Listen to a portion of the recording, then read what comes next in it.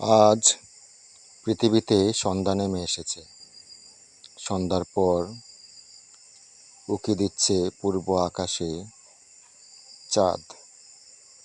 দেখুন চাঁদটাকে। রহস্যময় এই চাঁদ পৃথিবীর মানুষের কাছে রহস্যই থেকে গেল।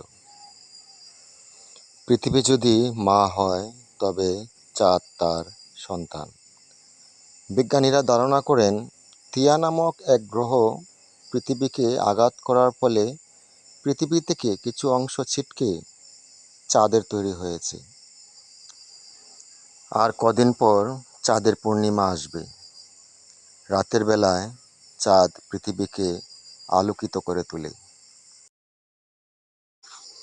চাঁদের যখন পূর্ণিমা আসে, তখন পৃথিবীর মানুষেরা চাঁদের দিকে বিস্ময় দৃষ্টিতে তাকিয়ে থাকে।